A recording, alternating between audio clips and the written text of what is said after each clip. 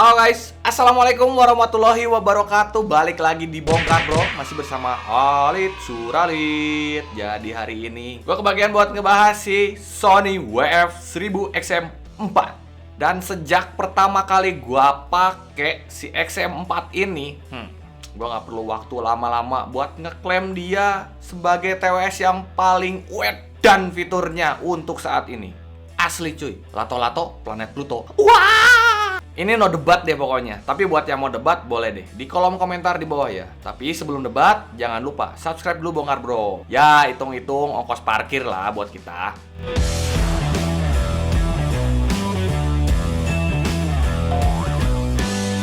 Nah, kita mulai dari harganya. Dia dibanderol dengan harga 3.099.000 ya, 3,1 ya. Emang sih harganya kurang ramah di kantong ya. Di dalam boxnya ada satu charging case-nya, ada sepasang earbuds-nya, kemudian juga ada kabel charging Type-C kayak gini, kemudian dua pasang extra ear tips dengan ukuran yang berbeda, dan ini semuanya sudah berbahan foam. Kemudian gak ketinggalan manual book, quick guide, garansi, dan banyak lagi nih perintilan lainnya yang gue yakin juga kalian gak bakalan baca kalau beli. Untuk build quality-nya ini udah keren banget, dia solid banget, gak ringkih sama sekali, kokoh gitu kerasanya. Kalau misalnya gue goyang-goyang gak ada suara sama sekali dia. Terus juga kalau gue buka nih, gue gak menemukan goyangan di penutup case-nya. Jadi ini beneran solid.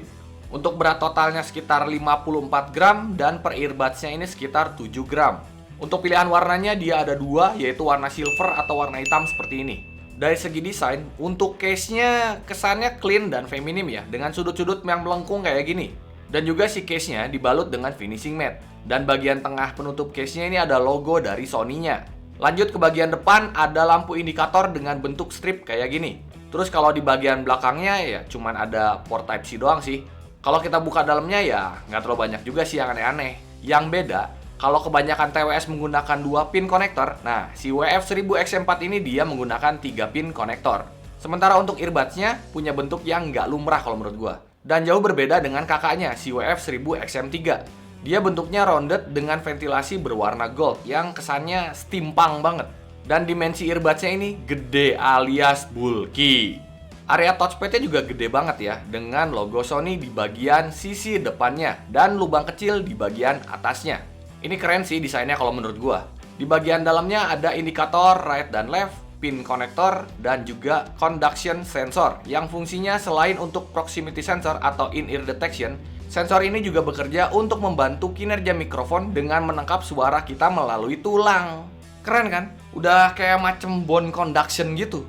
Dan fitur-fitur ini juga teman-teman bakalan dapetin ya di headphone-nya Sony. Tapi kalau nggak salah cuman seri WH-1000XM4 ke atas. Sedangkan untuk fittingnya jujur buat gua agak kegedean ya. Jadi rasanya agak pegel kalau dipakai lama. Dan karena bentuknya yang besar, jadinya kayak kurang low profile aja kalau misalnya kita pakai di tempat umum. Tapi untuk gripnya sih oke kalau menurut gue ya. Soalnya gue sendiri agak susah ketika mau nyopotin si earbuds-nya. Termasuk ketika gue mau masangin. Jadi ini perlu adaptasi ketika teman-teman beli. Jadi simpelnya gue sih pede-pede aja kalau misalnya mau pakai untuk jogging santai atau nge-gym ini masih oke. Tapi kalau misalnya lebih dari itu gue nggak rekomen. Meskipun sebenarnya dengan dimensinya dia yang besar di telinga gue tuh agak gimana ya, takut jatuh, takut lepas. Soalnya kalau misalnya udah dipakai lama, dia kan pakai foam tuh tadi gitu si ear tipsnya. Itu tuh kalau misalnya lama kuping udah mulai keringetan agak loose sedikit. Tapi nggak sampai jatuh dari telinga, nggak. Dia agak loose sedikit aja. Untuk koneksinya, dia sudah menggunakan Bluetooth 5.2 yang benar-benar stabil dengan kodek SBC, AAC, dan LDAC.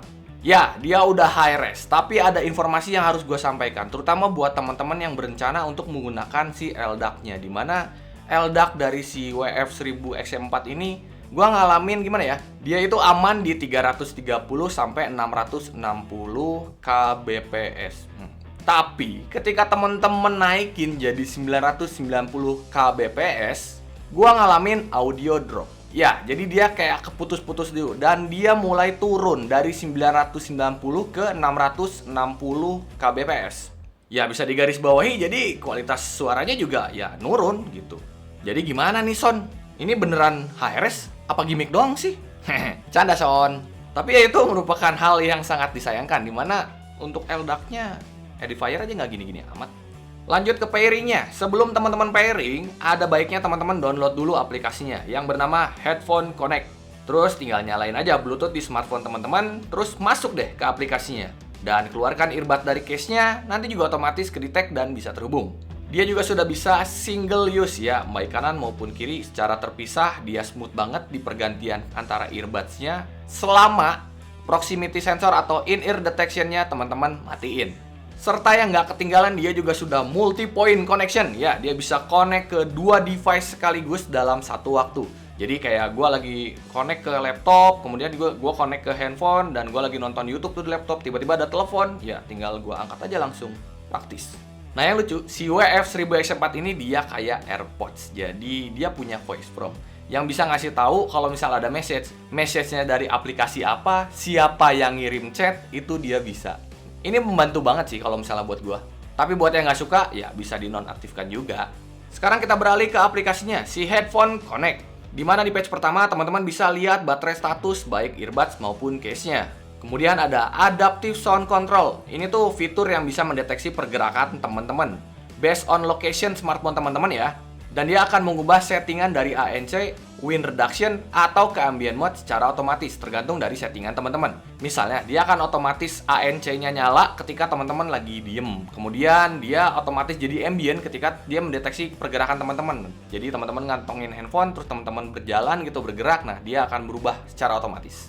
Kemudian pada bagian sound, ini ada Ambient Sound Control untuk mengubah ANC, ambient, atau wind reduction.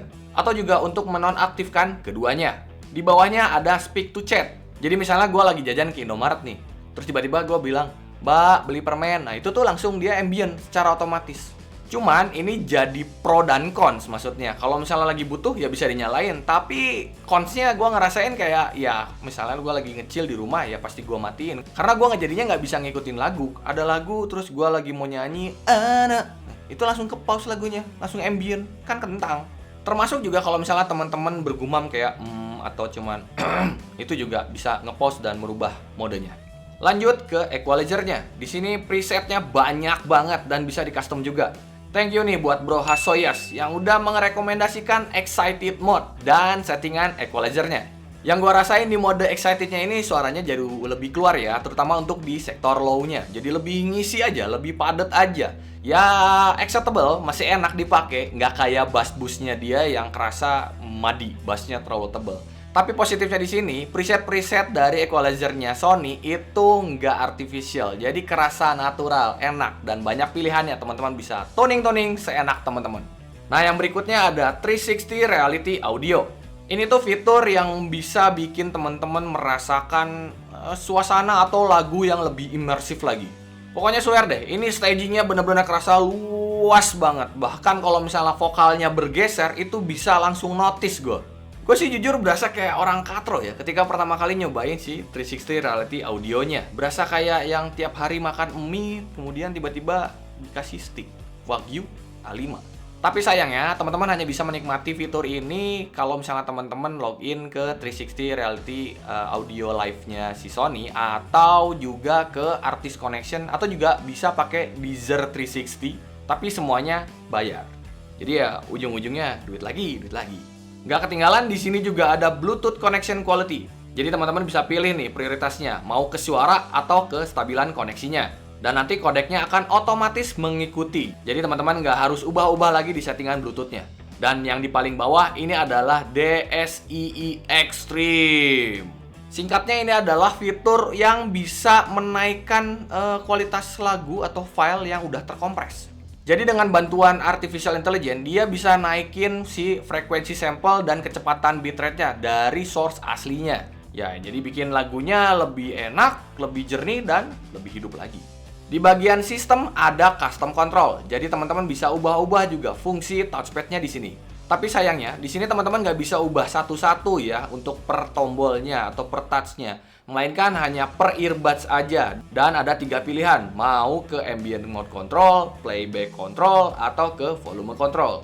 Jadi intinya nggak bisa semua perintah ada di si earbuds-nya. Agak disayangkan sih, tapi semua Sony kayaknya begitu. Di slide kedua, teman-teman bisa melihat aktivitas ketika menggunakan si TWS ini. Dari total use time-nya, kemudian ke periodnya, dan lain-lain. Sedangkan di slide terakhir, ini ada information yang lebih ke update firmware dan tips-tips aja sih. Untuk ANC-nya, dia menggunakan V1 Integrated Processor dengan chip KN1E yang diklaim dia hemat daya dan merupakan teknologi tertinggi untuk ANC untuk saat ini. Dan gue nggak bisa denial ya, karena gue ngerasain sendiri ANC-nya memang gila banget. Ini biasanya kan kalau ANC itu dia cuman ngeblok statis yang di low, bahkan ada sih yang sampai ke low bagian mid gitu. Kalau ini dari low sampai mid dilibas habis, bahkan sampai uppernya juga ada, kena meskipun nggak kena sampai 100%, tapi jadinya kedap banget. Dan yang paling bikin gue surprise, dengan ANC yang kedap begini, dia nggak memberikan tekanan berarti ke telinga gue, karena dia ANC-nya breathable. Jadi, menyisakan ruang di telinga gue dan tekanannya ringan. Ini, wah, luar biasa banget. Bahkan kalau bisa gue bilang ya, XM4 ini dia ANC-nya lebih bagus daripada AirPods Pro 2. Akhirnya ya, AirPods minggir.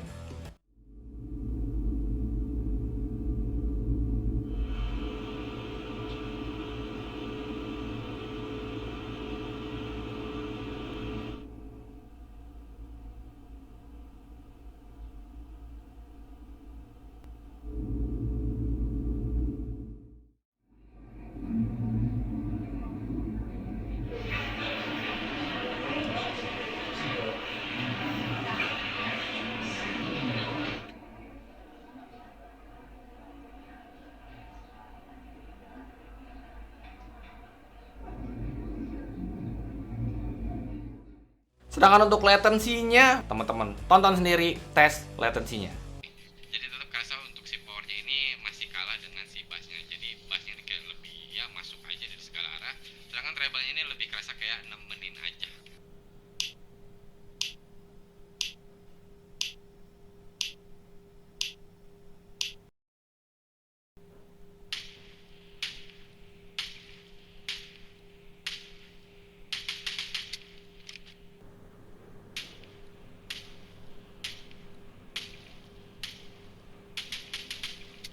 Nah, si WF1000XM4 ini dia juga sudah didukung IPX4 water resistant. Jadi teman-teman kalau misalnya pakai kena percikan air kemudian keringat ya udah aman sih, nggak perlu khawatir lagi.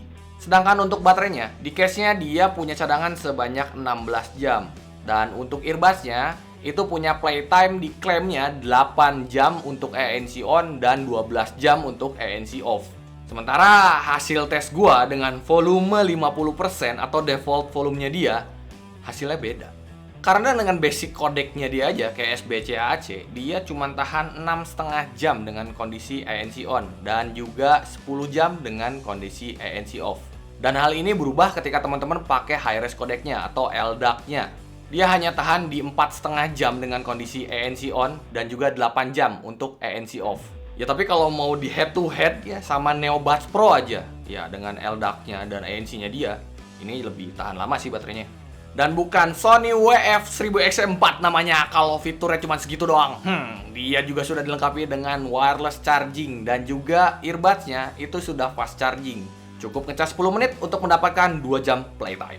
By the way, seperti yang udah gue singgung di awal soal mikrofonnya, dia sudah dilengkapi dengan beamforming mikrofon yang bisa mengurangi noise dari luar dan fokus sama suara kita. Juga dibantu dengan conduction sensor yang bisa menangkap suara kita melalui tulang. Jadi ada dua tuh teknologinya tuh.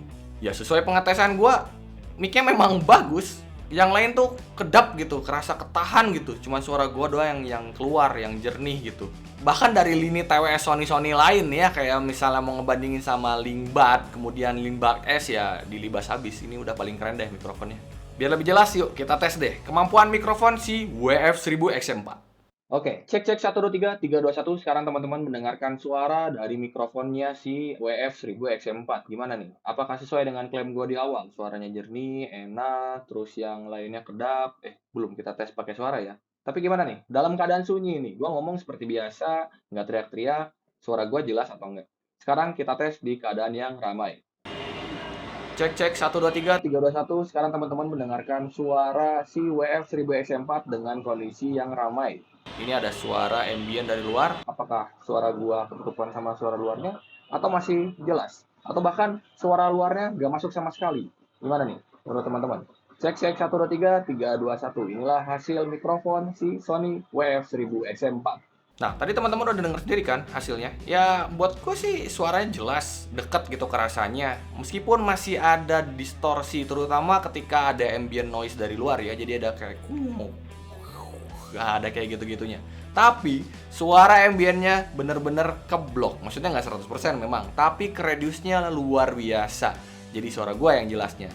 Ya menurut gue sih kemampuan mic-nya memang oke. Tapi kalau untuk 3 juta, lumayan lah. Nah sekarang kita masuk ke kualitas suaranya. Bagaimana sih kualitas suara si WF-1000XM4 ini? Mending teman-teman dengar aja dulu sound sample-nya. Dan gue ingetin lagi, kalau sound sample-nya nggak mungkin sama 100% ketika teman-teman pakai langsung si TWS-nya. You should hear it all. I'm happy to make time for your feelings, but you have to admit I already do. Let's just break it down to you and me uptown, dancing all around till the disco ball pops. But I have to.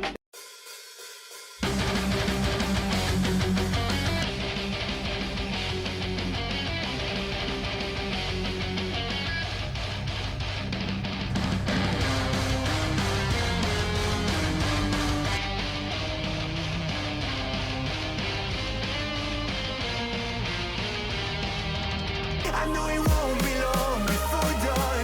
Gotta be patient for a while. Someday we'll look at stars in the same sky. When I'm on the other side.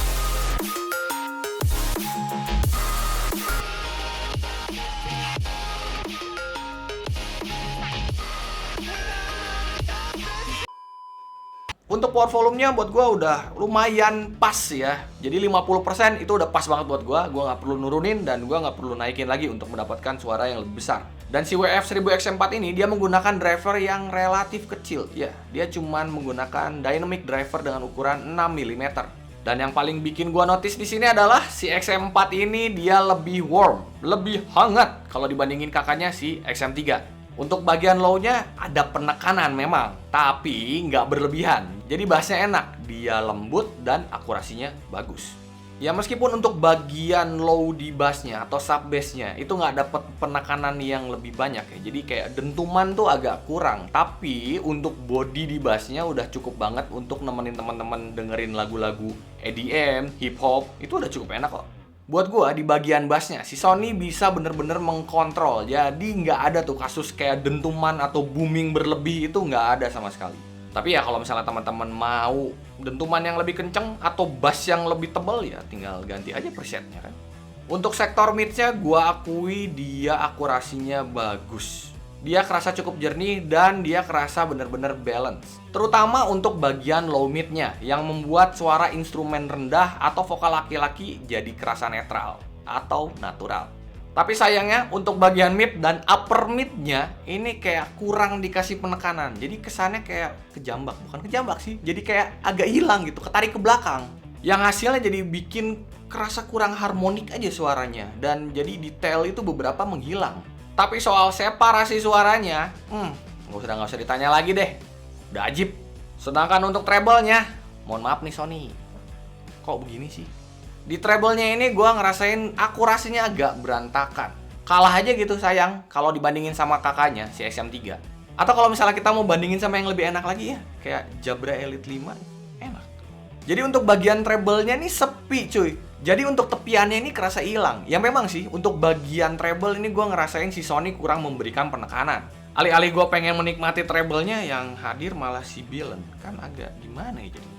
Analoginya sih kayak Madi di bagian bass, tapi ini di bagian treble. Nah gitulah. Sedangkan untuk soundstage-nya, gue ngerasain dia udah cukup ya gitu. Nggak yang luas banget, nggak ya cukup lah untuk kelas TWS di harganya.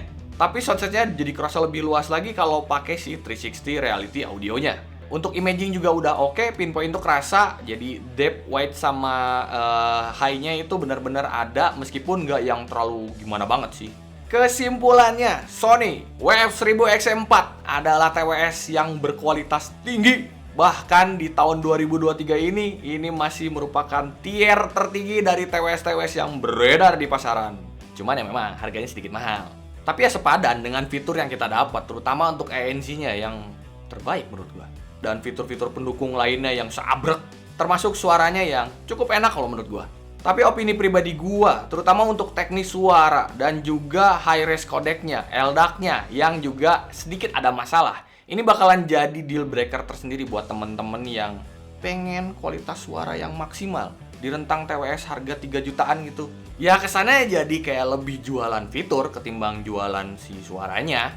Ya mungkin buat temen-temen yang cuma nyari teknis suara bagus, mending ke kayak Final Audio ZE3000 itu jauh lebih bagus daripada ini dengan harga yang lebih murah, tapi memang nggak punya fitur apa-apa. Jadi ya intinya tinggal sesuaikan lagi aja ya preferensi teman-teman, nyari suara, teknis suara yang bagus atau nyari suara yang cukup enak dengan fitur seabrek. Ya udah, sikat aja nih si X4.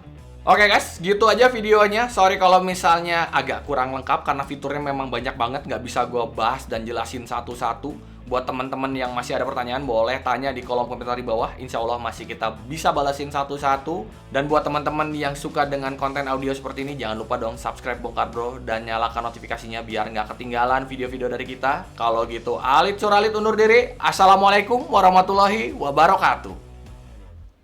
Selesai.